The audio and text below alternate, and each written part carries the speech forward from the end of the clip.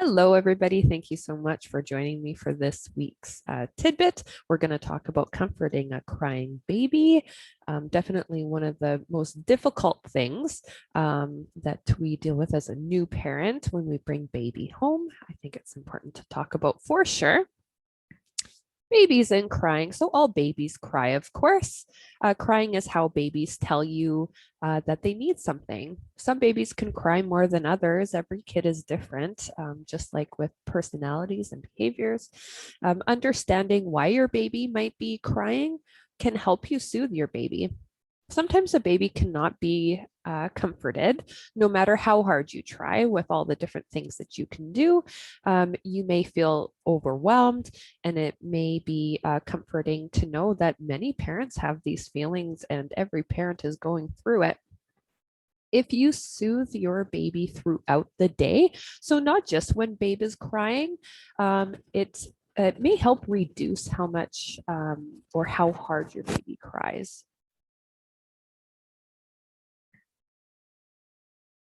So there's three very important times that babies cry. So babies cry, of course, if they're hurt in any way, if babe was sick, or if they were upset. So just for example, like just being sad, just like you and I can, babies do too.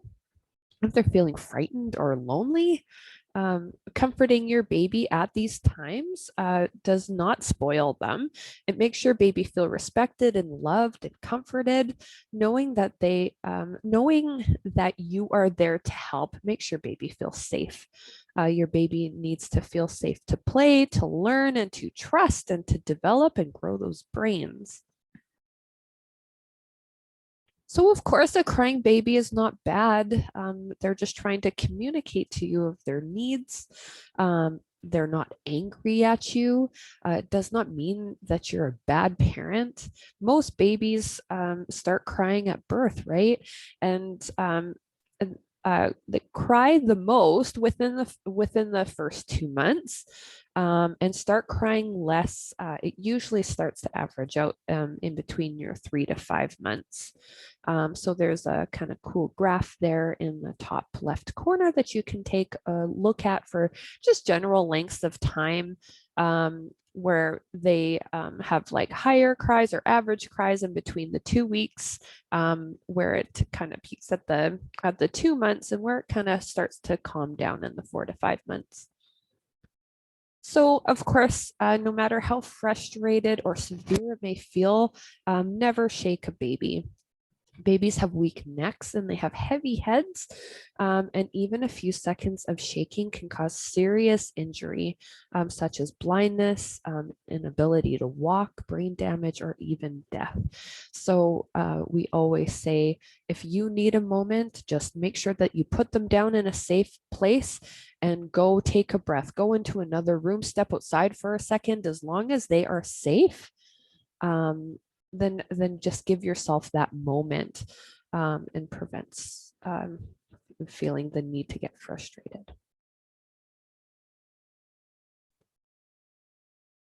So there's, I don't know, three main ways that parents can respond to their baby's cries. So the parent tries to find out what is bothering the baby and helps the baby feel better by picking baby up quickly and gently. You can try rocking or soothing baby. This loving response makes the baby feel loved and safe and secure. The baby is likely to cry less, to calm down easily, and later get along with school friends and be able to start regulating themselves. The parent ignores, teases, or gets angry with the baby. This can make baby learn to pretend that they are not upset when they need comforting the most.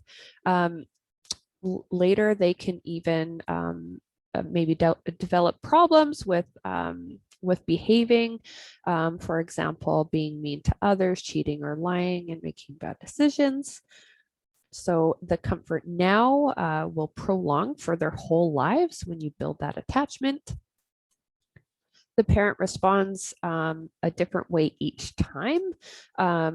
So when like baby cries, when it's kind of like inconsistent, sometimes loving, sometimes angry, and sometimes the parent may not, may get more upset than the baby.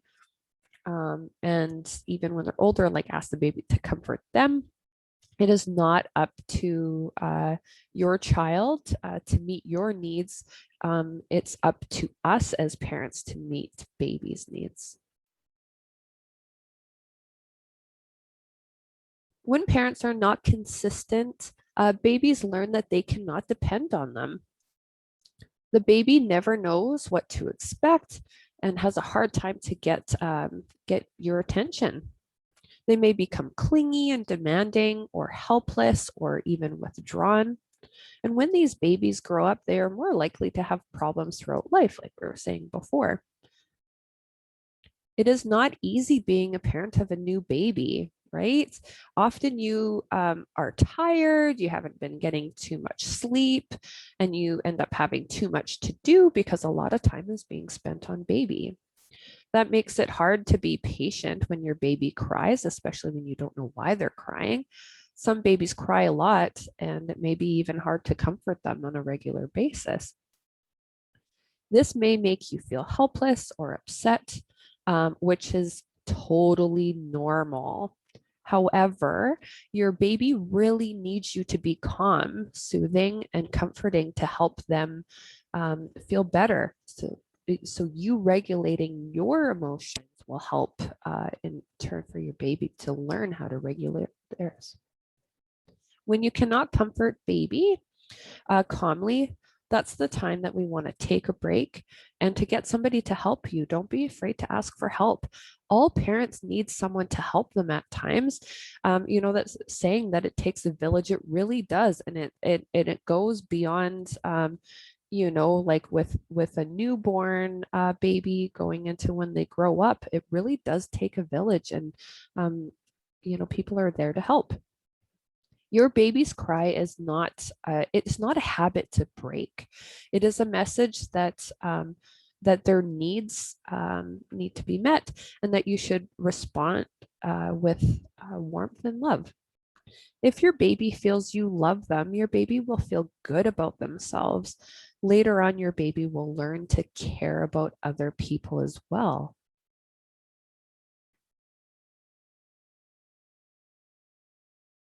So I love this. Just kind of gives you a little bit of kind of like that brainstorming of what to consider, um, of how you can help baby when they are crying. So just different scenarios if you want to take a look, just different cues that baby may be giving you that may just give you an idea of maybe why they're upset and maybe how we can help them, right? So things like if they're opening their mouth and they're rooting. So what rooting means is like they're opening their mouth, they're sticking their hands in their mouth. Sometimes they kind of do this cute like shake their head thing, almost like they're rooting for the breast, right? To me, that might mean that they're a little bit hungry and that they maybe need to be fed. And so then you can try that. Um, if they're making like facial grimaces or straining, maybe they have gas pain, their stomach is bugging them. So maybe try burping them or rubbing them gently and patting their back, putting them on their tummy and rubbing their back. So just different things that we can do to try and help them.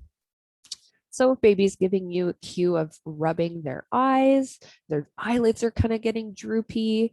If they're yawning, maybe something that you could try would be putting baby down because they're starting to show that they're getting tired.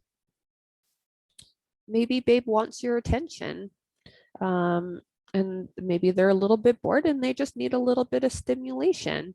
So talking and singing and playing with your baby, maybe just changing their position. I remember when my daughter was really little and it was almost like we had like a circuit of toys around and switching them around because they do kind of get bored of that stuff and just looking for something new. So new stimulation. Um, if baby just keeps crying, um, maybe baby just needs to cry.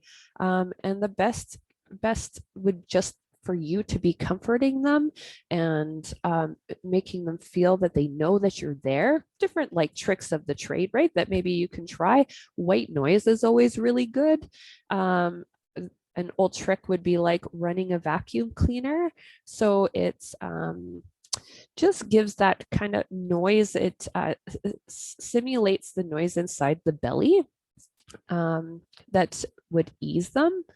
And just try many of the tips above. So just trying to notice baby's cues and try to think, and you learn after several months. Usually, you know, a lot of people, you learn your baby's cues, and it just makes it a little bit easier to calm them. So you want to make sure that you're staying calm, of course, when your baby cries. So just another reminder that sometimes a baby will continue to cry, even if they're not sick, if they're not hungry, if you've already changed their diaper, they could still just be crying. And of course, this can be overwhelming. Just another reminder to stay calm is best and to just soothe your baby. When your comments easier for them to listen and discover what your baby's needs are. And just remember that you're not alone. All babies go through this phase, and it definitely will not last forever.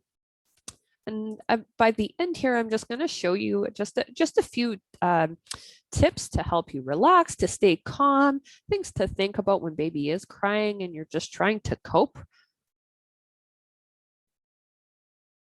So take a break.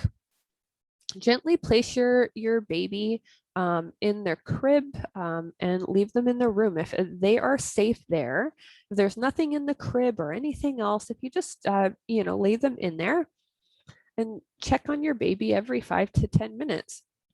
It's okay to take that break. Your baby will be safe, and then it gives you that time to calm down. Maybe take a chance to notice your breathing. Try to breathe slowly. Take 3 to 10 long breaths, slow breaths, just in and out, to just try and calm yourself down a little bit before you reapproach baby. Maybe try some positive thoughts. Believe it or not, that can go a long way. Just tell yourself in your head, or even if you have to say it out loud, I love my baby. I am getting calmer. So these things we can even implement when we're doing our breathing. My baby is okay. I am a good parent. Think of things that would relax you or even give you a good memory in your brain. Be active as much as you can. I know that sometimes a new baby can take a lot of your time.